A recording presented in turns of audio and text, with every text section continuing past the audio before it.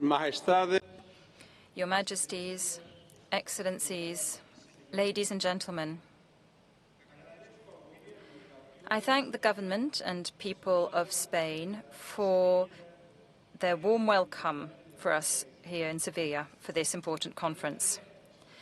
For decades, the mission of sustainable development has united countries large and small, developed and developing.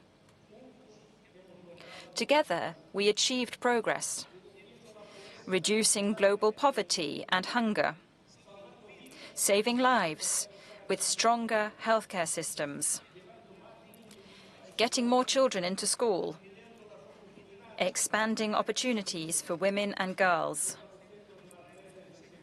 and strengthening social safety nets. But today, development and its great enabler, international cooperation, are facing massive headwinds. We are living in a world where trust is fraying and multilateralism is strained. A world with a slowing economy, rising trade tensions, and decimated aid budgets. A world shaken by inequalities, climate chaos, and raging conflicts. The link between peace and development is clear. 9 of the 10 countries with the lowest human development indicators are currently in a state of conflict. Excellencies, financing is the engine of development. And right now, this engine is sputtering. As we meet the 2030 Agenda for Sustainable Development, our global promise to transform our world for a better, fairer future is in danger. 2/3 of the Sustainable Development Goals targets are lagging. Achieving them requires an investment of more than $4 trillion a year. But this is not just a crisis of numbers.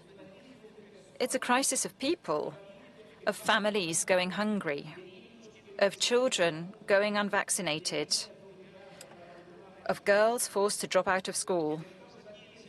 And we are here in Sevilla to change course, to repair and rev up the engine of development, to accelerate investment at the scale and speed required, and to restore a measure of fairness and justice for all. Excellencies, the Sevilla Commitment is a global promise to fix how the world supports countries as they climb the development ladder. I see 3 areas of action. First, we must get resources flowing fast. Countries must lead by mobilizing domestic resources and investing in areas of greatest impact: schools, healthcare, social protection, decent work, and renewable energy. Unlocking these investments requires strengthening tax systems and tackling illicit financial flows and tax evasion, and helping developing countries dedicate a greater share of their tax revenue to the systems people need. The Sevilla Commitment calls on developed countries to double their aid dedicated to domestic resources mobilizations to support this. Multilateral and national development banks must unite to finance major investments. And this includes tripling the lending capacity of multilateral development banks and rechanneling special drawing rights that can unlock lending capacity and help developing countries boost investments. And we also need innovative funding solutions to unlock private capital. Solutions that mitigate currency risks, that combine public and private finance more effectively, and ensure the risks and rewards of development projects are shared by both the public and the private sectors. And that ensure financial regulations assess risk appropriately, and support investments in frontier markets.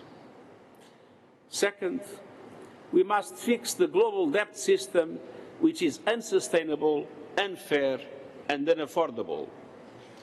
With annual debt service of $1.4 trillion, countries need and deserve a system that lowers borrowing costs, enables fair and timely debt restructuring, and prevents debt crises in the first place. And the Sevilla Commitment lays the groundwork with other aspects by also creating a single debt registry for transparency and promoting responsible lending and borrowing, by lowering the cost of capital through debt swaps and debt management support, and through debt service pauses in times of emergency. And third, we must increase the participation of developing countries in the institutions of the global financial architecture. The present major shareholders have a role to play, recognizing the importance of correcting injustices and adapting to a changing world.